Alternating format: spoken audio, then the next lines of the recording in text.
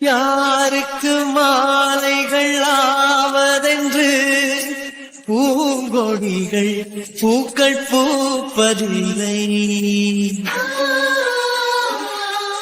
யாருக்கு யார் சொந்தமாவதென்று தேவதைகள் வந்து சொல்வதில்லை. விதி என்ற காட்டிலே ஊர்ல 10-15 ஃப்ரெண்டு வச்சிருக்கலாம் சந்தோஷமா இருக்கான். ஒரே ஒரு ஃப்ரெண்டை வச்சுக்கிட்டு நான் படுற அவஸ்தை இது.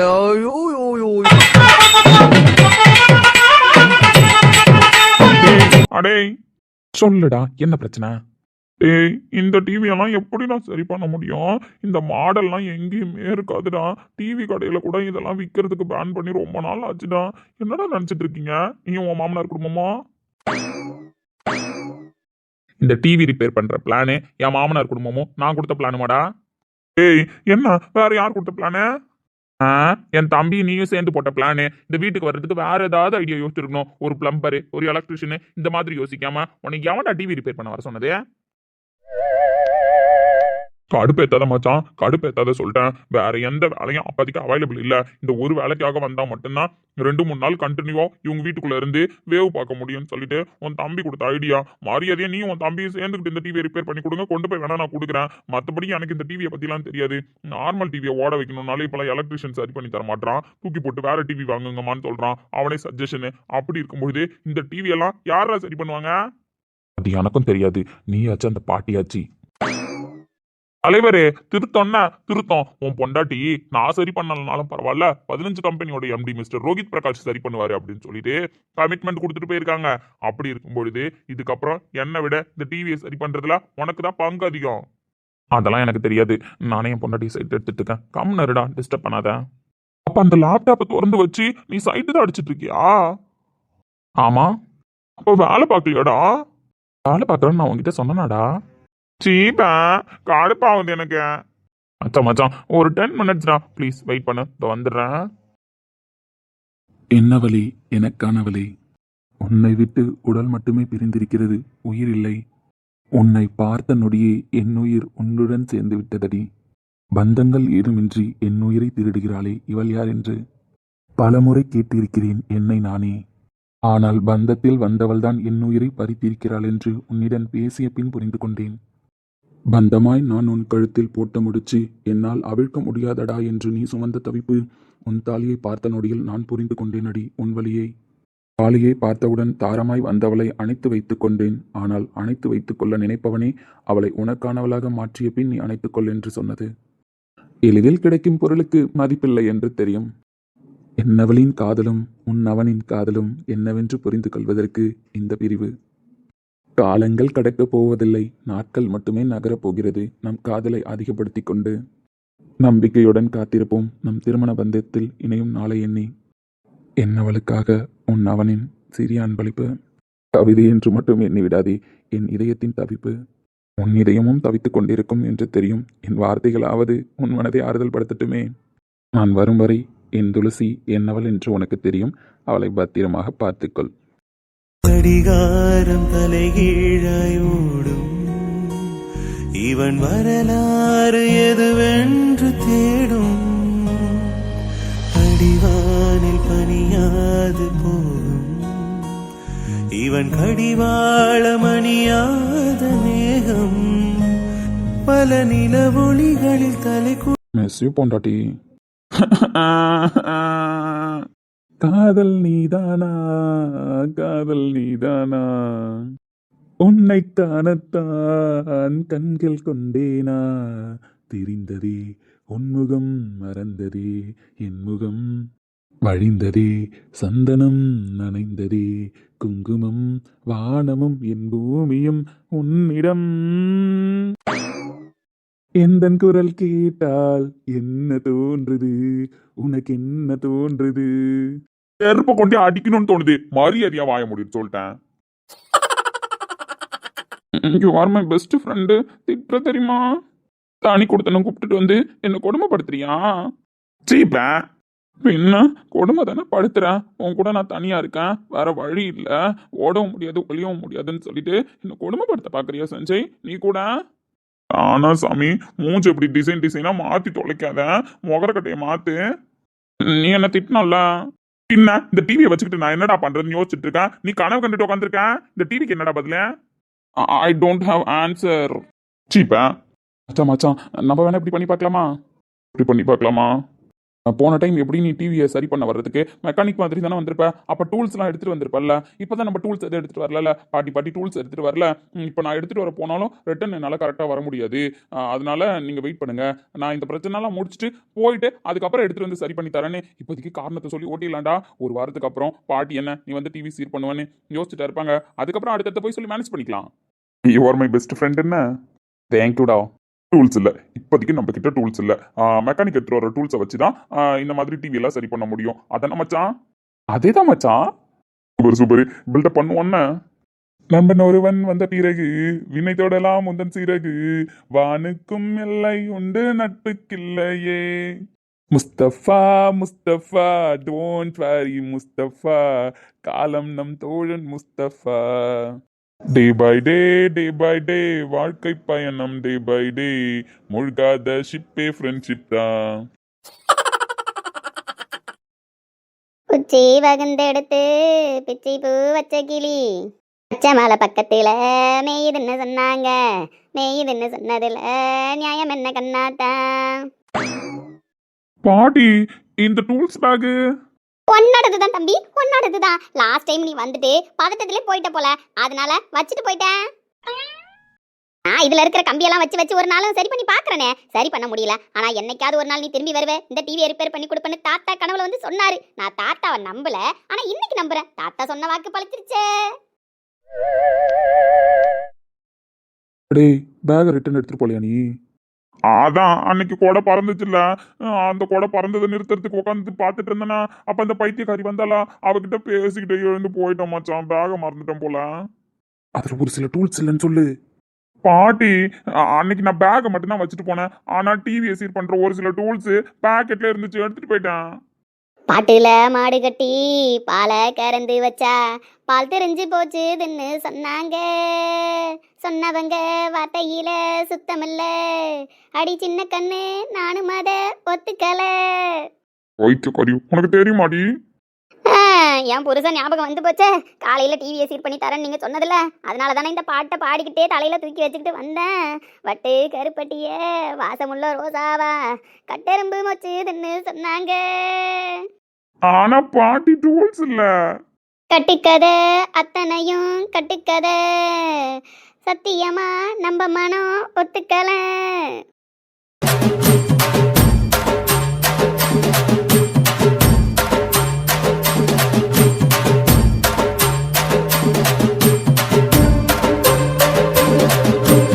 இந்தாங்க தம்பி உங்க டூல்ஸ் பேக். தம்பி சரி பண்ணிடலாமா?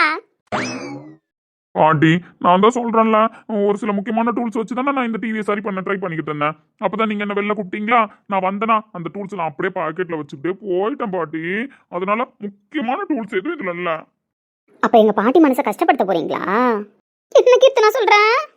டூல்ஸ் இல்லைன்னா என்ன அர்த்தம் பாட்டி? என்ன அர்த்தம்? அப்ப டிவி இவங்களால சரி பண்ண முடியாதுன்றது தானே அர்த்தம். ஆனா நந்தினி நம்பிக்கையா சொன்னாலேமா, நம்பிக்கையா சொல்லி என்ன பண்றது? இவங்க ரெண்டு பேரும் முடிக்கிறத பார்த்தா சரி பண்ண மாட்டாங்க போலயே. கீர்த்தனா, சரி மாமா பாவம். பாட்டி முத ரிப்பேர் பண்றேன்னு சொல்லிட்டு வந்தது இவர் தானே, இவர்கிட்ட கேளு. மாமா கூட பாவம்ல. பாப்கார்ன் வேணுமா? ஒன்று நிறைய வச்சுக்கேன் பாப்கார்னு. தாத்தா கொஞ்சம் சாப்பிட்டுட்டு வேலை பார்க்குறீங்களா? Why mister black look like sad? ஏய் இப்படிலாம் பண்ணாதடி. உனக்கு எனக்கு முன்ன பின்ன தகராறு இருக்குதா? அதுக்குன்னு இப்படியோ கோத்து விட்டு வேடிக்கை பாப்பேன். பாப்கார்ன் நல்லா இருக்கு. அதே நானும் அப்படிலாம் பண்ணக்கூடாதுன்னு நினைக்கிறேன். பட் நீங்கள் பேசுனதுலாம் என் மண்டைக்குள்ளே ஓடிக்கிட்டே இருக்கு. என்ன பண்ணலாம்? ப்ளீஸ் டி எப்படியாவது காப்பாத்து. மண்டை வலிக்குதுடி இந்த டிவி கான்செப்டை திருப்பி எடுத்தா. பாப்கார்ன் வேறு நல்லா இருக்கே. சாப்பிடும்போது டிஸ்டர்ப் பண்ணாதீங்க. கீர்த்தனா சரி அப்போ நான் வேணா ஒரு வழி சொல்கிறேன். அப்படி நீங்கள் கேட்டிங்கன்னா வேணா காப்பாற்ற லைட்டாக ட்ரை பண்ணுறேன். அதுவும் இன்னைக்கு மட்டும்தான், இப்போ மட்டும்தான் காப்பாற்ற ட்ரை பண்ணுவேன். டெய்லி உங்களை காப்பாற்றணும் அப்படின்னா நான் சொல்கிறதெல்லாம் நீங்கள் கேட்குற மாதிரி இருக்கும். பரவாயில்லையா? ஏடி கீர்த்தனா தம்பி என்ன சொல்லுது? இரு பாட்டி, அதான் பேச்சுவார்த்தை நடத்திக்கிட்டு இருக்கேன். டிவியை எந்த ஆங்கிள்லேருந்து சரி பண்ணலான்னு அவர் யோசிக்கிறாராம். அதான் எந்த ஆங்கிள்லேருந்து சரி பண்ணால் கரெக்டாக இருக்கும்னு என்கிட்ட டிஸ்கஸ் பண்ணிக்கிட்டு இருக்காரு. நானும் அவருக்கு ஐடியா தான் கொடுத்துட்டு இருக்கேன். ஒரு 5 நிமிஷம் இரு, டீலிங் பேசி முடிச்சிடுறேன். நான் என் குழந்தைய மாஸ்டர் பிளான் பண்றதுல பெரிய ஆளா இருப்பா போல. என்ன தம்பி? ஒன்றும் இல்லை பாட்டி, அவங்க 2 பேருமே பேசி ஒரு முடிவுக்கு வந்துருவாங்க. நம்ம வெயிட் பண்ணுவோம். என்ன டீலிங் பேசுவோமா? இது என்ன பிரமாதம்? இது விட பெசலைட் ஒண்ணு இருக்கு. ஏய், எந்த டீலிங்கா இருந்தாலும் நியாயப்படி இருக்கணும். நான் நியாயப்படி இல்லை அப்படின்னா நான் யோசிக்க வேண்டியது தான் வரும். ஓஹோ, யோசிக்க வேண்டியது வரும். அப்ப நீங்க டிவியை சரி பண்ணுங்க. சரி, ஃபர்ஸ்ட் சொல்லு. பெருசாலாம் ஒன்றும் இல்லை. இப்போ நான் சொல்றத அப்படியே ரீவைண்ட் பண்ணா போதும். என்ன சொல்ல போற? அது நீங்க எப்ப பார்த்தாலும் நை நை நை நை திட்டிக்கிட்டே இருக்கீங்களா, அதை கேட்டு கேட்டு மண்டைக்குள்ள அப்படியே டென்ஷன் அதிகமா இருக்கு. இந்த பிளாக் நார்மலா சாஃப்டா பேசினா எப்படி இருப்பாருன்னு பார்க்க ஆசையா இருக்கு. பைத்தியக்காரி. இதான் இந்த வேர்டு தான். இந்த வேர்டை கேட்கும்போது இன்னும் மண்டைக்குள்ள குறுக்குறுன்னு ஓடிக்கிட்டே இருக்கு. இந்த வேர்டு எதுவுமே வரக்கூடாது. எனக்கு நீங்க இப்ப நார்மலா பேசணும். முடியாது. டைலாக் கூட என்னோடது தான். நான் சொல்றதை திரும்ப சொன்னா போதும். நான் டைலாக் கூட உங்களை ஒன்றும் எழுத சொல்லல. அப்படி இருக்கிற பட்சத்துல திரும்ப சொல்றதுல உங்களுக்கு என்ன கஷ்டம்? முடியாது. பாட்டி, ஏய் வாய மூடு, சொல்லி தொலைறேன், சொல்லு. அது என்னன்னா, கேட்டுமா? முடியாது முடியாது முடியாது, இப்படிலாம் சொல்ல முடியாது. என்ன என் பேரை சொல்ல சொன்னதுக்கே ஓவரா பண்றீங்க? அப்படிலாம் சொல்ல முடியாது. அப்ப என்னால காப்பாற்ற முடியாது. அதான் ஒரு மாஞ்செடி வளர்க்க ஆரம்பிச்சிட்டல, அந்த மாஞ்செடிக்கு பின்னாடி ஒரு மன்மதன் இருக்காருல்ல, அவரை போய் இப்படிலாம் கூப்பிட சொல்லு. அதை விட்டுட்டு என்னெல்லாம் கூப்பிட சொல்லாத, புரியுதா? என்ன பொறாமையா? எந்த ஆமையும் கிடையாது. அந்த மன்மதன் என்ன கீத்து, அப்புறம் டார்லிங், புஜ்ஜு, அம்மு இப்படிலாம் கூப்பிடுறாரு. அதெல்லாம் என் காதுக்குள்ள தென் வந்து பாஞ்சுக்கிட்டு தான் இருக்கு. அதெல்லாம் நான் தப்பு சொல்லல. இருந்தாலும் நம்ம சைட் அடிச்ச ஒரு பையன் நம்மள இப்படிலாம் பேசினானே அப்படின்றத நினைச்சு பார்க்கும் பொழுது எனக்கு கொஞ்சம் இரிட்டேட் ஆகுது. அந்த இரிட்டேஷனை போக்கிக்கலாம் அப்படின்றதுனால தான் இப்போ உங்களை கூப்பிட சொல்றேன். உண்மையில அந்த பையன் அப்படியே கூப்பிடுறான் உன்ன? ஏன் அப்படி கூப்பிடுறான்? ஏன்னா லவ் பண்றான்ல, லவ் பண்ற பொண்ணு அப்படிதான் கூப்பிடுவாங்க. நீ போய் சொல்ற. நான் உண்மையதான் சொல்றேன். சரி அதெல்லாம் விடுங்க, அது நான் பாத்துக்கிறேன். என் லவ் என் பாய் ஃப்ரெண்டு, அதை நான் பாத்துக்கிறேன். அது பிரச்சனை கிடையாது. இப்போ சொல்லுங்க கீத்துமா, இனிமேல் ஒன்று அப்படி திட்ட மாட்டேன். நான் ஏதோ தெரியாம திட்டியிருந்தாலும் என்னை மன்னிச்சிரு. இப்போ மட்டும் என்னை காப்பாத்தி விடு தங்கம் அப்படின்னு சொல்லுங்க. என்ன என்ன பார்வை? தங்கம் இல்லைன்னா ஒரு வைரம், வைரம் இல்லைன்னா ஒரு வைடூரியம், வைடூரியம் இல்லைன்னா ஒரு வெள்ளி, அட்லீஸ்ட் ஒரு கவரிங்க அப்படிலாம் சொல்லி கொஞ்சலாம் ஒன்றும் தப்பு இல்லை. டிவியை தானே சரி பண்ணணும், நான் சரி பண்ணிக்கிறேன், எழுந்து போ. உங்க அப்பா மச்ச சொக்கா எங்க? கடைக்கு போயிருக்காரு. அதான் திமிர் எடுத்து நிக்கிறேன்னா, திமிர் எடுத்து நிக்கிற. ஒழுங்கா பாப்கார்னை தின்னுட்டு வீட்டுக்குள்ள போய் உட்காந்து படி. செமஸ்டர் எக்ஸாம் தான் நடந்துட்டு இருக்கு. அந்த வேலையை பார்த்தா மட்டும் போதும். என்ன காப்பாத்திக்கிற வேலையை நான் பாத்துக்கிறேன். ஒரு ஹெல்ப்பும் பண்ண தேவையில்ல. கிளம்புறியா? மிஸ்டர் பிளாக், அட்லீஸ்ட் கீத்துமா அப்படியாச்சும் கூப்பிடுங்க. பைத்தியக்காரி பைத்தியக்காரி பைத்தியக்காரி, அவ்வளவுதான் கூப்பிட முடியும். கிளம்புறியா? வேறொரு கையோட ஓ விரல் பார்த்தேன் நானே, வேகிற நெஞ்சோட போகிறேனே. நேத்து உன் கண்ணில் நானே, இன்னைக்கு யாரோ தானே. ஏத்தனா என்னடி சொல்றாரு? பேசிட்டேன் பாட்டி, எல்லாம் கிளியரா பேசிட்டேன். அவருக்கு 1 வாரம்லாம் டைம் தேவையா, 1 மணி நேரம் போதுமா. எப்படி இன்னைக்கே சரி பண்ணி கொடுத்துருவேன்னு சொல்றாரு. அப்படியே மச்சான். தம்பி சரி பண்ணிடுவீங்கல்ல? பாட்டி முடிஞ்ச அளவுக்கு நான் சரி பண்ண ட்ரை பண்றேன். ஒன்றும் ப்ராப்ளம் இல்லை. வெயில் டைமு, நீங்க ரிலாக்ஸா போயிட்டு உள்ள உட்காருங்க, நான் பாத்துக்கிறேன். ஏய் இல்ல நீங்க லேப்டாப் தானே பாக்குறீங்க, நீங்க லேப்டாப்பை பாருங்க, நான் டிவியை பாக்குறேன். பாட்டி நீங்களும் போய் உள்ள வாட்டர் டிவியை பாருங்க. போகும்போது அப்படியே உங்க பேத்தியை கூப்பிட்டு போங்க. பாப்கார்ன் தின்னது போதும், செமஸ்டர் எக்ஸாமுக்கு படின்னு. சரிங்க தம்பி. ஏகேத்தனா வாடி உள்ள போவோம். டேய் ஏதாவது ஒரு முடிவுக்கு வாடா. இன்னைக்கு என்ன ஒர்க்கடா பண்ணணும், எது வரைக்கும்டா முடிக்கணும், ஏதாவது ஒன்று சொல்லுடா. அதானே ஒன்னதானே இன்சார்ஜ்ன்ற மாதிரி சொல்லிட்டு போனாரு. அப்படி உனக்கு டவுட் இருந்தா நீ சாருக்கு கால் பண்ணி கேளு. கேளுடா, நீ தான் எப்ப வேணாலும் கால் பண்ணி டவுட் கேட்கலான்ற மாதிரி சொன்னார்ல, கேளு. ஏய் நான் ஒரு நாள் லீவ் போட்டதுக்குள்ள அவ்வளவு பெரிய ஆளாயிட்டியாடா கார்த்தி. ஏய் சார் கிட்ட நேரானா பார்த்து பேசிடுவேன். ஃபோன்லலாம் கால் பண்ணி கேட்டு என்ன ஒர்க் எப்படின்னு எப்படி முடிக்கிறது சொல்லு. அப்போ மேம்க்கு கால் பண்ணு. மேம்கா டேய் இருங்கடா கொஞ்ச நேரம், ஏதாவது ஒரு முடிவுக்கு அவங்களே வருவாங்க. இது வரைக்கும் நம்ம வெயிட் பண்ணிக்கிட்டே இருந்தா மீரா மேம் வந்து கத்துவாங்கடா.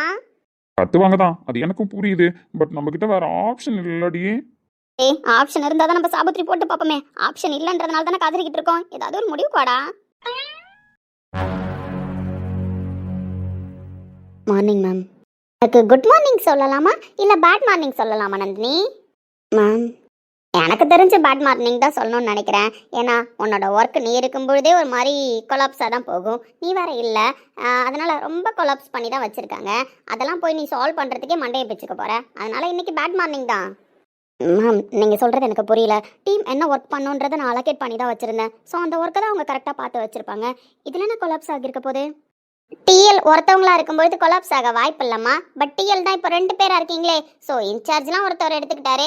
அவர் எடுத்ததுக்கப்புறம் அந்த டீம் நல்லாவா இருக்கும்? நாசமாக தான் போக போகுது. டிஎல் 2 பேரா? புரியல மேம். ஒரு மேனேஜராக மதிச்சுதான் நீ என்கிட்ட இப்போலாம் லீவ் சொல்கிறது இல்லையே. சரி நீங்கள் தான் ஸ்ட்ரைட்டாக எம்டி கிட்ட பேசிக்கிறீங்கன்னு சொல்லிட்டு நானும் விட்டுட்டேன். ஆனால் இந்த டைமு எம்டி சார் கிட்ட கூட சொல்லாமல் அன்பிளான் லீவில் எடுத்திருக்கீங்க. லீவ் எடுத்தது எடுத்தீங்க, நீங்கள் தான் இன்ஃபார்ம் பண்ணல. நாங்கள் தான் மகாராணி அம்மா ஏன் வரலன்னு கேட்கறதுக்கு ஃபோன் அடிச்சோம்ல, அந்த ஃபோனுக்கு கூடமா உன்னால் ரெஸ்பான்ஸ் பண்ண முடியல? மேம் அது கொஞ்சம் பர்சனல் இஷ்யூ மேம் வீட்டில். அதனால தான் ஃபோன் எடுத்து கரெக்டாக பதில் சொல்ல முடியல. Sorry ma'am. ஓ சாரிலாம் எனக்கு தேவைப்பட போகிறதில்ல. ஸோ ரோஹித் சார் புரிஞ்சுக்கிறதுக்கு ஒரு பெஸ்ட் ஆப்பர்ச்சுனிட்டியாக கூட அமைஞ்சுது. அவர் என்ன மதிக்காம நேற்று லீவ் எடுத்துட்டியே, அவர் சொல்லி தான் நான் உனக்கு காலே பண்ணேன். கால் எடுக்கல, நானும் சார்கிட்ட இன்ஃபார்ம் பண்ணிட்டேன். சார் என்ன பண்ணுறதுன்னு தெரியாமல் ஒரு முடிவு எடுத்துட்டாரு. புரியல மேம். ஆமாம்மா, நீ வரலன்றதுக்காக டீம் ஹெட் அவர் இருக்காரு தான். டீம் ஹெட் ஒரு எம்டி இல்லை. அப்படி இருக்கிற பட்சத்தில் ஸ்டாஃப் கிட்ட போய் பக்கத்தில் உட்காந்து இப்படிலாம் பண்ணுங்க அப்படிலாம் பண்ணுங்கன்னு அவ்வளோ கோஆர்டினேட் பண்ண முடியுமா? மேம் அது கரெக்டு தான். பட் அதுக்காகனா சார் சூப்பராக தான் முடிவு எடுத்திருக்காரு உன்னை பழி வாங்குறதுக்கு. கார்த்தியை கைட் பண்ண சொல்லிருக்காரு டீமுக்கு. கார்த்தி சாரை கைட் பண்ண சொன்னாரா? ஆனால் நம்மளுக்கு எதுவுமே ஹெல்ப் பண்ணக்கூடாது கார்த்தி சார் அப்படின்னு இலக்கியா மேம் ஸ்டார்டிங் இந்த ப்ராஜெக்ட் கையில் எடுக்கும்பொழுதே சொல்லிட்டாங்க. ரோஹித் சார் இருக்கதே நார்மலாக இருங்க சார்னு நானும் இன்ஃபார்ம் பண்ணிட்டேன். அப்படி இருக்கும்பொழுது என்கிட்ட எதுவுமே சொல்லாமல் கார்த்திக் சார் எப்படி இந்த ப்ராஜெக்டில் அவர் நடுவில் கொண்டு வந்தார்? என்ன உனக்கே ஷாக் ஆகுதா சொல்லு. டீமில் ஒரு ஆளாக இருக்கும்போதே அவன் சொதப்பி தான் வைப்பான். இப்போ டிஎலுக்கு பதில் ரீப்ளேஸ்மெண்ட்டாக அவன் இருக்கான் அப்படின்னா அந்த ப்ராஜெக்ட் எப்படி நல்லா இருக்கும் சொல்லு? வீணா தான் போகுது. மேம் பட் நான் கார்த்தியை கைட் பண்ண சொல்லலை. நீ சொல்லலை, எதுவுமே தான் சொல்லலையே. அப்படி இருக்கும்போது எம்டி என்ன கை கட்டிட்டு வேடிக்கை பார்ப்பாரு எங்களை மாதிரி? அவர் கரெக்டான டிசிஷன் தான் எடுத்திருக்காரு. 2 நாளில் அவன் ப்ராஜெக்ட் என்ன போட்டு கொலை பண்ணி வச்சிருக்கான்னு தெரியல. போய் என்னன்னு கண்டுபிடிச்சி மொண்டையை பிச்சுக்கிட்டு வேலை பாரு. ஓவர் ஆட்டிடியூட்லாம் வந்தோடனே காமிச்சா இப்படி தான் பனிஷ்மெண்ட் கிடைக்கும். மேம் இலக்கியா மேம் ஆஃபீஸ் வந்திருக்காங்களா? வந்திருக்காங்க, போய் பாருங்க. நல்ல பூஜை புனஸ்காரம் பண்ணுவாங்க, வாங்கிட்டு வாங்க. Come in ma'am. Yes come in.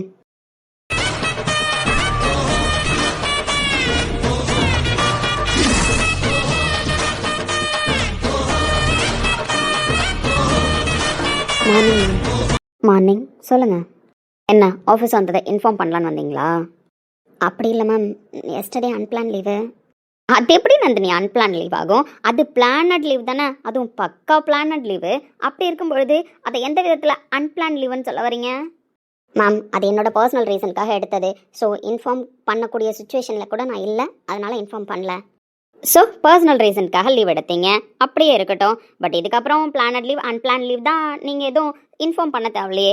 Empty தான் உங்கள் கூடவே இருக்காரு. அப்படி இருக்கிற பட்சத்தில் இதுக்கப்புறம் எனக்குலாம் நீங்கள் ரீசன் சொல்கிற மாதிரி இருக்குமா என்ன? மேம் இன்னும் நான் இந்த கம்பெனியில் ஒரு எம்ப்ளாய் தான் மேம். ஸோ எனக்கு என்னென்ன ரூல்ஸ் அண்ட் ரெகுலேஷன் இருக்கோ அதை நான் ஃபாலோ பண்ணி தானே ஆகணும். அப்படியே நந்தினி, நீங்கள் இன்னுமே இந்த கம்பெனியோட எம்ப்ளாய் தானா? நான் இன்னும் அந்த லிமிட்டில் தான் மேம் இருக்கேன். அப்புறம் ஏன் நந்தினி ஒரு எம்டி, அதுவும் எவ்வளோ பெரிய ஆள் சொல்லுங்களேன், அந்த எம்டி நம்ம வீட்டு வாசலில் வந்து உட்காந்துருக்காரு. ஏன் தேவையில்லாமல் உட்காந்துருக்கீங்க? எழுந்து போங்க அப்படின்னு சொல்ல தோணலை? நான் வந்து உட்கார சொல்லலை, அவராக தான் வந்து உட்காந்துருக்காரு அப்படின்னு சில்லி ரீசன் சொல்லாதீங்கண்ணே. எனக்காகவும் உட்காரல அப்படின்னு சொல்லாதீங்க. தேவையா நம்ம வந்து உட்காந்துருக்கிறதுக்கு? அவருக்கு என்ன பைத்தியமாக பிடிச்சிருக்கேன்?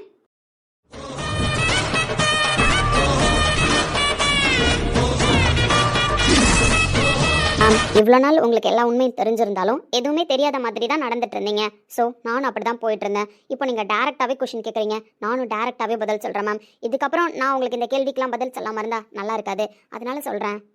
சொல்லுங்கள். நான் கூட ஆர்வமாக வெயிட் பண்ணிக்கிட்டு இருக்கேன் உங்களோட ஆன்சருக்காக தான். கண்டிப்பாக தெரிஞ்சுக்கணும். பிரகாஷ் குரூப் ஆஃப் சாம்ராஜ்யத்தோட ஆணி வேறு. பிரகாஷ் குரூப் ஆஃப் கம்பெனி ஆரம்பிக்கிறதுக்கும் மூலாதாரமாக இருந்த ஒரு ஆள் தேவையே இல்லாமல் ஒரு சில சில்லி ரீசனுக்காக வந்து முட்டாளாக உட்காந்துருக்காரு. மேம் நான் சொல்ல போகிற பதிலை நீங்கள் எப்படி எடுத்துப்பீங்களான்னு தெரியாது. பட் இது நான் உங்களை கடுப்பேற்றுறதுக்காகவோ இல்லை என்னோட ஆட்டிடியூடை காமிக்கிறதுக்காகவோ சொல்கிற பதில் கிடையாது. நீங்கள் கேட்ட இந்த கொஷினுக்கு கரெக்டான ஆன்சர் இதுதான் நான் நினைக்கிறேன். நீங்கள் சொன்னீங்க ma'am, Prakash group of company சாம்ராஜ்யத்தோட ஆணிவேர்னு. ஆணிவேராக இருக்கிறவரும் ஒரு மனுஷன் தானே மேம். அவருக்கும் பாசம், அன்பு, காதல், குடும்பம் அப்படின்னு ஒன்று இருக்கும்ல மேம். ஏய், நான் தப்பாக சொல்லலை மேம், உண்மையை தான் சொல்லிக்கிட்டு இருக்கேன். எவ்வளோ பெரிய ஆளாக இருந்தாலும், எவ்வளோ பெரிய சாம்ராஜ்யத்தை உருவாக்கி வச்சிருந்தாலும் மனுஷன் தானே மேம். உள்ளே இருக்கிறது மனசு தானே மேம். அப்படி இருக்கிற பட்சத்தில் அவர் ஒரு விஷயம் உண்மைன்னு நம்புறாரு, நம்ம வாழ்க்கைக்கு வேணும்னு நினைக்கிறாரு, அந்த விஷயம் அவருக்கானதாக மாறணும்னு நினைக்கிறாரு, அதனால வந்து உட்காந்துருக்காரு. அவர் ஏன் வந்து உட்காந்துருக்காருன்ற ரீசன் எனக்கு தெரியும் மேம். உங்களுக்கு தெரியாததுக்கு நான் எதுவும் பண்ண முடியாது மேம். புரியுதுங்களா? பிரகாஷ் குரூப் ஆஃப் கம்பெனியோட எம்டி மிஸ்டர் ரோஹித் பிரகாஷ் ஒன்றும் முட்டாள் கிடையாது மேம். யாரையும் நம்பி முட்டாளாகிறதுக்கு அவருக்கு ஒரு விஷயம் ரைட்டுன்னு பட்டா மட்டும்தான் செய்வார். ஒரு வேளை அவருக்கு அந்த விஷயம் ரைட்டுன்னு பட்டிருக்கலாம், அந்த விஷயம் வேணும்னு தோணிருக்கலாம், அதனால கூட போய் வாசலில் உட்காந்துருக்கலாம்ல மேம்.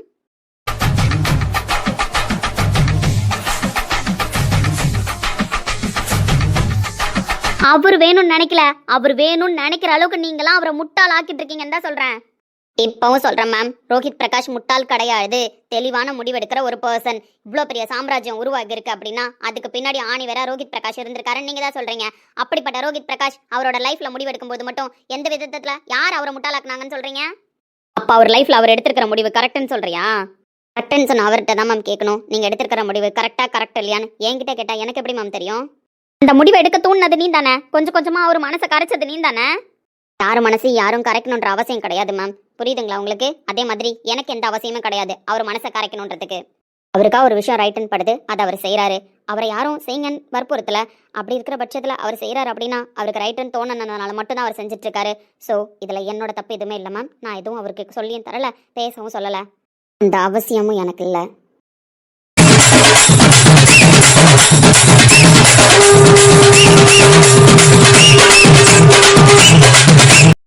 ஸ்மார்ட்டாக ஆன்சர் பண்ணுறோன்னு நினச்சிட்டு இருக்கியா? சொல்ல, ஸ்மார்ட்டாக ஆன்சர் பண்ணுறோன்னு நினச்சிட்டு இருக்கியா? இல்லை மேம், எனக்கு தெரிஞ்ச ஆன்சரை பண்ணுறேன்னு தான் நான் நினச்சிட்டு இருக்கேன். இதை ஸ்மார்ட் ஆன்சராக நினைக்கிறது உங்களோட விருப்பம், திமிரா பதில் சொல்கிறேன்னு நினச்சாலும் உங்களோட விருப்பம். இது எல்லாத்தையும் மீறி நான் உன்னை ஒரு கொஷின் கேட்குறேன், அதுக்கு நீ ஆன்சர் சொல்லு. கேளுங்க மேம். நீ போட்டிருக்கிற தாலி ரோஹித் மாமா கட்டினது அப்படின்னு நீ சொல்ல வர, அப்படி தானே? அப்படி சொல்லி தானே எல்லாரையும் முட்டாளாக்கி வச்சிருக்கேன், இன்க்ளூடிங் ரோஹித் மாமா முதற்கொண்டு. இப்போவும் சொல்கிறேன் மேம், என்னதான் நீங்கள் இந்த கம்பெனியோட சிஓவாக இருந்தாலும் என்னை விட சின்ன பொண்ணு தான் மேம். இதுக்கான விளக்கத்தை நான் கொடுத்துடலாம், இதுக்கான விளக்கத்தையும் நான் கொடுத்துட்டேன் அப்படின்னா நீங்கள் தான் மேம் அப்செட் ஆகுவீங்க. அண்டா இந்த கொஷினை இவகிட்ட கேட்டோன்னு சொல்லி எனக்கு புரியல, என்ன ஆன்சர் சொல்ல போகிறேன்? இந்த கொஷின் கரெக்டான கொஷின் தானே, நீ சொல்ல. ஒருத்தன் நம்ம பின்னாடியே சுற்றிக்கிட்டு இருக்கான், அதுவும் பணக்காரன். இவன் நம்ம பின்னாடி சுற்றிக்கிட்டு இருக்கிறத நம்ம சாதகமாக யூஸ் பண்ணிக்கலாம் அப்படின்னு சொல்லிட்டு, சரி எப்படியும் இந்த கொஷின் நம்மக்கிட்ட வரும், அந்த கொஷினுக்கான ஆன்சரை நம்ம ஸ்ட்ராங்காக ரெடி பண்ணி வைப்போன்னு நீ ரெடி பண்ண விஷயம் தானே இந்த தாலி அப்படின்னு நீங்கள் நினைக்கிறீங்களா மேம்? கன்ஃபார்மாக அப்படி மட்டும்தான் நான் நினைக்கிறேன். ஓகே மேம், இந்த கொஷினுக்கு நான் ஆன்சர் சொல்லலாம், பட் ஆன்சரை சொல்கிறத விட ப்ரூஃபாக கொடுத்தா நல்லாயிருக்கும்னு நினைக்கிறேன். அதனால் எனக்கு ஒரு நாள் டைம் கொடுங்க. ஸோ உங்களுக்கு நான் கண்டிப்பாக ப்ரூஃப் பண்ணுறேன். என்ன ப்ரூஃப் பண்ண போகிறேன் மேம்? நான் திரும்பவும் சொல்கிறேன், இந்த கொஷினுக்கு நான் ஆன்சர் சொல்கிறத விட ப்ரூஃபாக கொடுத்தா நல்லாயிருக்கும்னு நினைக்கிறேன். வெயிட் பண்ணுறீங்களா? நான் கண்டிப்பாக ஆன்சர் இதுக்கு தருவேன் மேம், தராமல் போக மாட்டேன். ஸோ இந்த கொஷினை நான் ஸ்கிப் பண்ணவும் மாட்டேன். இந்த கொஷினுக்கு நான் ஆன்சர் சொல்லியே தருவேன் மேம், பட் டைம் கொடுங்கன்னு மட்டும்தான் கேட்குறேன். எடுத்துக்கோ, நீ தான் ப்ரூஃப் பண்ணுறேன்னு சொல்லிட்டியே, ப்ரூஃப் பண்ணு, நான் வெயிட் பண்ணுறேன். அதில் எதுவும் ப்ராப்ளம் கிடையாது. பட் நீ போட்டிருக்கிற தாலி ஃபேக்கான தாலி தான், நீயா உருவாக்கின தாலி தான், அதில் நான் டேம் ஷுவராக இருக்கேன். ஓகே மேம், நான் தான் சொல்லிட்டேனே டைம் கொடுங்கன்னு சொல்லிட்டு. Then next question ma'am. இப்போ எப்படி மேடம், டீ எல்லாம் வந்திருக்கீங்களா இல்லை Prakash group of company Rohit பிரகாஷோட ஒய்ஃபாக வந்திருக்கீங்களா? நான் எப்போவுமே பிரகாஷ் குரூப் ஆஃப் கம்பெனியில் ஒரு எம்ப்ளாய் தான் மேம். ஸோ டீ எல்லாம் என்னோட ஒர்க்கை பார்க்க தான் வந்திருக்கேன். என்னோட பர்சனல் லைஃபும் என்னோட ஒர்க்கும் எந்த விதத்துலையும் ஜாயின்ட் ஆகாது மேம். அப்படி இருக்கும்பொழுது ஏன் மேம் உங்களுக்கு கார்த்திக் சார் கோஆர்டினேட் பண்ணுறதா ரோஹித் சார் பெர்மிஷன் கொடுத்துருக்காங்க? நேற்றுலேருந்து கார்த்திக் சார் கோஆர்டினேட் பண்ணிக்கிட்டு இருக்காரு. நான் சொன்னல, உங்ககிட்ட சொன்னல, கார்த்திக் மாமா எந்த விதத்துலையும் உங்களுக்கு ஹெல்ப் பண்ணக்கூடாது. அப்படி ஹெல்ப் பண்ணால் நீங்கள் இந்த ப்ராஜெக்ட் பண்ணுறதுக்கான அர்த்தமே கிடையாது. லாஸ்ட் ப்ராஜெக்டே கார்த்திக் மாமா ஹெல்ப் பண்ணதுனால தான் நீங்கள் முடிச்சிங்க. ஸோ அப்படி இருக்கிற பட்சத்தில் நான் நம்ப மாட்டேன்னு சொன்னப்போ என்ன பதில் சொன்னீங்க? இந்த ப்ராஜெக்ட்டை நான் முடிச்சு காட்டுறேன் மேம். ஸோ முடிச்சு காட்டும்போது உங்களுக்கு தெரியும் இந்த ப்ராஜெக்டை நான் பண்ணனா இல்லை கார்த்திக் சார் பண்ணாரான்னு சொல்லிட்டு. ஸோ இந்த ப்ராஜெக்டில் என்னோட அவுட்புட் பாருங்கள் மேம் சொல்லிட்டு ரொம்ப ஓவராக பேசுனீங்கல்ல. ஸோ அதுக்கான விளக்கம் என்னாச்சு மேம்? மேம் இப்போவும் சொல்கிறேன், இந்த ப்ராஜெக்டை நான் தனியாக தான் பண்ணணும்னு இருக்கேன். ஸோ இது என்னோட ப்ராஜெக்ட், டிஎல் நான் மட்டும்தான். எனக்கு அப்புறம் என் பிளேஸ்க்கான ரீப்ளேஸ்மெண்ட் நான் யாருக்கும் கொடுக்கல. இந்த ப்ராஜெக்டை முடிச்சு கொடுத்துட்டு தான் மேம் நான் அடுத்த டிசிஷன் கூட எடுக்கணும்னு இருக்கேன். ஸோ அப்படி இருக்கிற பட்சத்தில் நான் அவருக்கு எந்த உரிமையும் கொடுக்கல.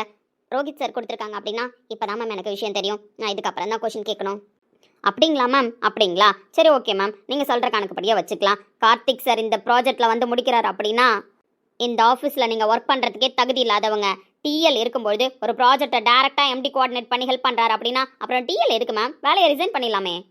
மேம், இவ்வளோ ப்ராப்ளம் என் பர்சனல் லைஃப்பில் வந்ததுக்கப்புறம் இந்த ஆஃபீஸில் நான் ஒர்க் பண்ணக்கூடாதுன்னு தான் நினைக்கிறேன். பட் நீங்கள் லாஸ்ட்டாக ஒரு கொஷின் கேட்டிருந்தீங்கல்ல, லாஸ்ட் ப்ராஜெக்ட் நான் பண்ணலன்னு சொல்லிட்டு, அதுக்காக தான் இப்போ கூட நான் ஆஃபீஸ் வந்திருக்கேன். இந்த ப்ராஜெக்ட் நான் முடிச்சா மட்டும்தான் லாஸ்ட் ப்ராஜெக்ட் நான் பண்ணதுக்கான எல்லா ரைட்ஸும் எனக்கு கிடைக்குன்றதுக்காக வந்திருக்கேன். ஸோ இந்த ப்ராஜெக்ட் நான் தனியாக தான் மேம் பண்ண போகிறேன். ரோஹித் சார் ஏன் இப்படி ஒரு முடிவு எடுத்தாங்கன்னு எனக்கு சீரியஸாக தெரியாது. பட் கார்த்திக் சார் ஏன் பெர்மிஷன் இல்லாமல் எதுவும் கைட் பண்ணியிருக்க மாட்டாருன்னு எனக்கு நம்பிக்கை இருக்குது. இதுக்கப்புறமும் பண்ண மாட்டார். இந்த ப்ராஜெக்டை நான் முடிச்சு கொடுத்துட்டு என்னோட டிசிஷனை நான் எடுத்துக்கிறேன் மேம். ஜாபில் இருக்கணுமா இருக்கக்கூடாதா அப்படின்றத பற்றி. அப்போ கார்த்திக் சார் எதுவும் டீமுக்கு இது வரைக்கும் கைட் பண்ணியிருக்க மாட்டாருன்னு நீங்கள் ஸ்ட்ராங்காக நம்புறீங்க? எஸ் மேம், இதுக்கப்புறமும் கைட் பண்ண மாட்டாருன்னு சொல்கிறேன். யார் ஹெல்ப்புமே இல்லாமல் இந்த ப்ராஜெக்ட்டை நான் முடிப்பேன்னு சொல்கிறேன். எப்படி மேம் நம்ப முடியும்? அந்த விஷயத்தை நான் எப்படி நம்ப முடியும்? அது எப்படி மேம் நம்ப முடியும்? எம்டி கோஆர்டினேட் பண்ணுறாரு, எம்டியோட தம்பி கோஆர்டினேட் பண்ணுறாரு. கேட்டால் ப்ராஜெக்ட்டை நீங்கள் தனியாக தான் பண்ண போகிறேன்னு சொல்கிறீங்க. நான் எப்படி மேம் நம்ப முடியும்? மேம், வித் யோர் பெர்மிஷன் நான் ரோஹித் சார் கால் பண்ணலாமா? எதுக்கு மேம்? இலக்கியா மேம் இப்படிலாம் கேள்வி கேட்டுட்டு இருக்காங்கன்னு சொல்லிட்டு குடும்பத்துக்குள்ளே ப்ராப்ளம் வர வைக்கலான்னு பார்க்குறீங்களா? இல்லை மேம், ஒரு சில ஆன்சர்ஸ்லாம் சார் பேசும்போது தானே மேம் கிடைக்கும், அதனால தான். கால் பண்ணுங்கள், ப்ராப்ளமே வந்தாலும் பரவாயில்ல, கால் பண்ணுங்கள், நான் பார்த்துக்கிறேன். இப்போ கூட சார் ஆஃபீஸ் வரும்பொழுது இந்த பிரச்சனையை பேசிக்கலான்னு விட்டுடலாம் மேம். பட் நீங்கள் நம்ப மாட்டீங்க. இன்னைக்கு நீங்கள் கேட்ட உடனே இதுக்கான ஆன்சர் கிடைச்சா மட்டும்தான் நீங்கள் உண்மை நம்புவீங்க. அதனால தான் இப்போ கூட நான் கால் பண்ணுறேன். ஸ்பீக்கர்லேயே போட்டிருக்கேன் மேம்.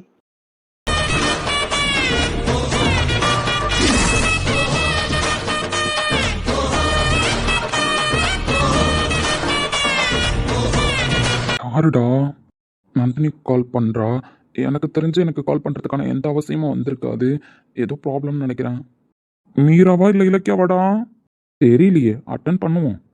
ஹலோ சார், நான் நந்தினி பேசுகிறேன். சொல்லுங்க நந்தினி, எனி டவுட்ஸ்? சார், என்னோட ப்ராஜெக்ட் நான் தானே சார் பண்ண போகிறேன். ஸோ ஃபுல் ரெஸ்பான்சிபிலிட்டி என்கிட்ட தானே சார் இருக்குது. எஸ் நந்தினி. அப்படி இருக்கும்பொழுது யாரை கேட்டு சார் நீங்கள் கார்த்திக் சாரை கோஆர்டினேட் பண்ண சொன்னீங்க என்னோட ப்ராஜெக்ட்டில்? என்னோட பெர்மிஷன் இல்லாமல் என்னதான் நீங்கள் டீமோட ஹெட்டாக இருந்தாலும் டிஎலோட பெர்மிஷன் கேட்டிருக்கணும்ல சார். ஸோ கேட்காம கார்த்திக் சாரை கைட் பண்ண சொல்கிற டிசிஷனை நீங்கள் மட்டும் எப்படி சார் தனிப்பட்ட முறையில் எடுக்கலாம்? நந்தினி, நீங்கள் office leave, so unplanned leave. அப்படி இருக்கிற பட்சத்தில் டிஎல் இல்லாமல் ஒரு டீம் திணறும் பொழுது ஸோ இன்னொரு பர்சன் கோஆர்டினேட் பண்ணணும்னு நான் நினச்சேன். ஸோ கார்த்திக் கோஆர்டினேட் பண்ணேன்னு சொன்னேன். இதில் எதுவும் ப்ராப்ளம் இல்லையே? ப்ராப்ளம் தான் சார், 100% ப்ராப்ளம் தான். ஸோ டிஎல் அன்பிளான் லீவ் ஒரே ஒரு நாள் தானே சார் எடுத்தேன். கண்டினியூவாக நான் ஒன்றும் அன்பிளான் லீவ் எடுக்கலையே. அப்படி இருக்கிற பட்சத்தில் ஒரு நாள் டீமுக்கு என்ன ஒர்க் பண்ணுன்றதை நான் ஆல்ரெடி கைட் பண்ணியிருந்தேன். அந்த ஒர்க்கை அவங்க பார்க்க போகிறாங்க. ஸோ என்னோட பெர்மிஷன் இல்லாமல் நான் வராதப்போ என்னோட ப்ராஜெக்ட்டுக்கு தேவையே இல்லாமல் ஒரு டீம் மெம்பரை டிஎல் பொசிஷனில் இருந்து கைட் பண்ண சொல்கிறதுக்கு ஹெட்டாக இருந்தாலும் உங்களுக்கு ரைட்ஸ் இல்லை சார். சார், எமர்ஜென்சி எல்லார் லைஃப்லையுமே வரதா செய்யுது. அப்படி இருக்கும்பொழுது என்னோட அன்பிளான் லீவ் ஒன்றும் கண்டினியூ ஆகலைல்ல சார். ஜாபை நான் ரிசைன் பண்ணுறேன்னு சொல்லலைல்ல சார். ஓகே, பட் சார், என்னோட ப்ராஜெக்டை நானே பார்த்துக்கிறேன் சார். இதில் தேவையில்லாமல் நீங்களோ கார்த்திக் சாரோ யாரும் மிங்கிளாக வேணான்னு நான் நினைக்கிறேன் சார். என்னோட ஒர்க்கை என்னை பார்க்க விடுங்க சார். படித்த படிப்புக்கும் வாங்குகிற சம்பளத்துக்கும் உண்மையாக இருக்கணும்னு நினைக்கிறேன். அதுக்கு நடுவில் தேவையே இல்லாமல் ஒருத்தவங்களை கூப்பிட்டுட்டு வந்து என்னோட ரெஸ்பான்சிபிலிட்டியை, அதாவது என்னோட சுயமரியாதையை நீங்களே வீணாக்கிடாதீங்க. ரோஹித் மாமா, நான் இலக்கியா பேசுகிறேன். சொல்லு இலக்கியா. உங்களோட பர்சனல் லைஃப்பில் எனக்கு கொஞ்சம் அக்கறை இருந்துச்சு மாமா. ஆனால் மார்னிங் அம்மா சொன்ன பதில், இப்போ நந்தினி சொன்ன பதில், நீங்கள் அங்கே போய் உட்காந்துருக்கிறது, இதிலலாம் எனக்கு எந்த உடன்பாடும் இல்லை மாமா. இதுக்கப்புறம் அந்த விஷயத்தை பற்றி நான் பேசவும் விரும்பல. உங்கள் லைஃப் உங்களோட டிசிஷன் மாமா. So that's enough. ஒர்க்கை பற்றி பேசணும். சொல்லு இலக்கியா. மாமா, உங்களுக்கே தெரியும், லாஸ்ட் ப்ராஜெக்ட் லாஸ்ட் மினிட்ல நந்தினியை தேவையே இல்லாமல் அப்பாயிண்ட் பண்ணி ஸோ ஓவர் பில்டப்பில் கார்த்தி மாமா உங்கள் முன்னாடி டிஸ்பிளே பண்ணிட்டாரு. அதனால நீங்களாம் என்ன நினச்சிட்டு இருக்கீங்க, நந்தினி தான் அந்த ப்ராஜெக்டை முடிச்சாங்கன்னு. பட் எனக்கு நம்பிக்கை இல்லை மாமா. 1% கூட நம்பிக்கை கிடையாது அந்த ப்ராஜெக்டை கார்த்தி மாமா இல்லாமல் நந்தினி மட்டும் முடிச்சாங்கன்னு. ஓகே இலக்கியா, நீ டவுட் ஆகிறத நான் தப்புன்னு சொல்லலை. பட் என்ன பண்ணலாம், இப்போ என்ன டிசிஷன் எடுக்கணும்னு நினைக்கிறேன், அதை டேரெக்டாகவே என்கிட்ட சொல்லு, நான் அதை பற்றி பேசுகிறேன். ஒர்க் விஷயத்தில் நம்ம கம்பெனி எம்ப்ளாய் எப்படி இருக்கணும்னு நான் நினைப்பேன்னு உங்களுக்கு நல்லாவே தெரியும் மாமா. ஏன் இலக்கியா? ஸோ உங்களோட பர்சனல் லைஃப் அப்பார்ட்ஸ் மாமா. சொல்லு இலக்கியா. ஐ ஆஸ்க் 2 கொஷின் மாமா.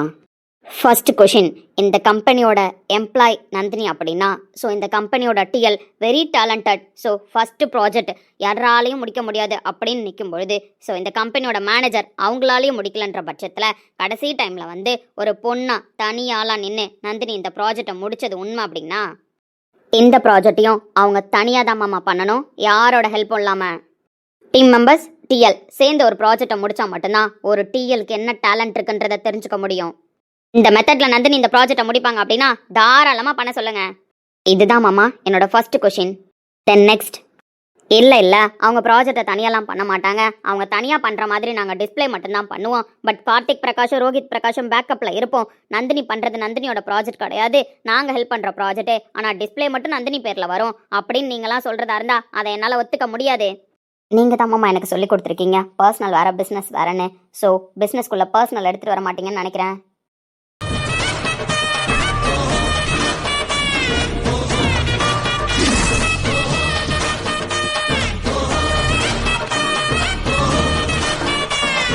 என்னமாமா ஆன்சரை காணோம்? இலக்கியா, நீ இப்போ என்கிட்ட கொஷின் கேட்டுட்ட, ஆன்சர் சொல்கிறதுக்கு நானும் ரெடி தான். பட் இந்த விஷயத்தை நான் டேரெக்டாக மீட் பண்ணி பேசலான்னு இருக்கேன். டுமாரோ நான் ஆஃபீஸ் வருவேன். இதுக்கான ஆன்சரை நீ, நான், நந்தினி, கார்த்திக் எல்லாரும் முன்னாடியும் பேசலாம். அதே மாதிரி உனக்கு நம்பிக்கை இருக்குல்ல இலக்கியா, நான் ஒரு விஷயம் சொன்னால் செய்வேன். ஸோ அதை எந்த விதத்துலையும் தப்பாக செய்ய மாட்டேன்னு. நீங்கள் சொல்லிக் கொடுத்த விஷயம் தான் மாமா எப்போவுமே என் மைண்டில் ஓடிக்கிட்டு இருக்கோம். ஒர்க் வேறு, பர்சனல் லைஃப் வேறு. ஒர்க் விஷயத்தில் எந்த பர்சனலையும் கொண்டு வந்து மிங்கிள் பண்ணக்கூடாதுன்னு இப்போவும் சொல்கிறேன், நானும் என்னோட பர்சனல் லைஃப்பையும் பிஸ்னஸையும் மிங்கிள் பண்ணலை. அதே மாதிரி பர்சனலாக மட்டும்தான் இது வரைக்கும் நான் வச்சுருக்கேன். பிஸ்னஸாக மட்டும்தான் நான் பார்க்குறேன். டுமாரோ நான் ஆஃபீஸ் வருவேன். வந்து இதுக்கான ஆன்சரை நான் கொடுப்பேன். ஸோ நடுவில் நான் இங்கே இருக்கேன் அப்படின்றதுனால என்னோட பர்சனல் விஷயமும் பிஸ்னஸ் விஷயமும் எந்த விதத்துலையும் மிங்கிள் ஆகாது. அதை நீ டேர்ம் ஷோராக நம்பலாம்.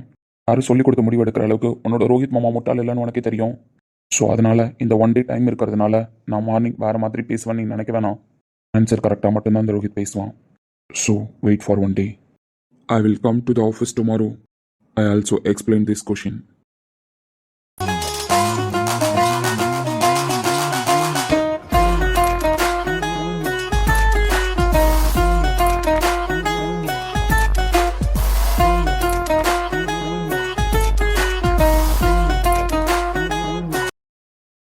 இப்போவே சொன்னேன், தேவையில்லாத பிரச்சனை வரும், கம்மனு இருடா, கார்த்தியை கூப்பிட்டு கைட் பண்ண சொல்லாத. நானு பிரச்சனை வரணுன்றதுக்காக தானே மச்சான் கார்த்தியை கைடே பண்ண சொன்னேன். ஆனால் பிரச்சனை இவ்வளோ சீக்கிரம் வெடிக்கும் நான் எதிர்பார்க்கல.